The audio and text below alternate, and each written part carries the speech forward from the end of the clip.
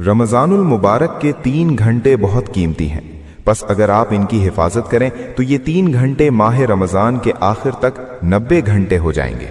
یہ 3 گھنٹے: 1. افطار کا گھنٹہ۔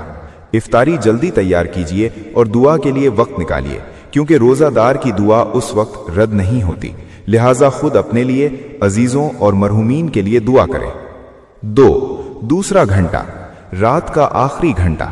پس خداوند عالم سے خلوت کریں کہ اللہ آواز دیتا ہے کہ کیا کوئی درخواست کرنے والا ہے کہ میں قبول کروں؟ کیا کوئی استغفار کرنے والا ہے کہ میں اس کو معاف کر دوں؟ پس اس وقت تم استغفار کرو۔ 3. تیسرا گھنٹہ، صبح کی نماز کے بعد سے سورج نکلنے تک مصلے پر بیٹھے رہنا اور ذکر خدا کرنا۔ یہ 90 گھنٹے ہیں۔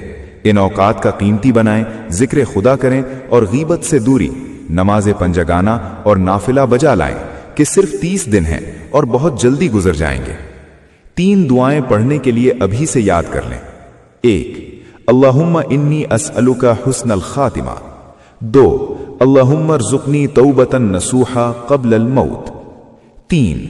یا اللہ یا رحمان یا رحیم یا مقلب القلوب ثبت قلبی علی دینک۔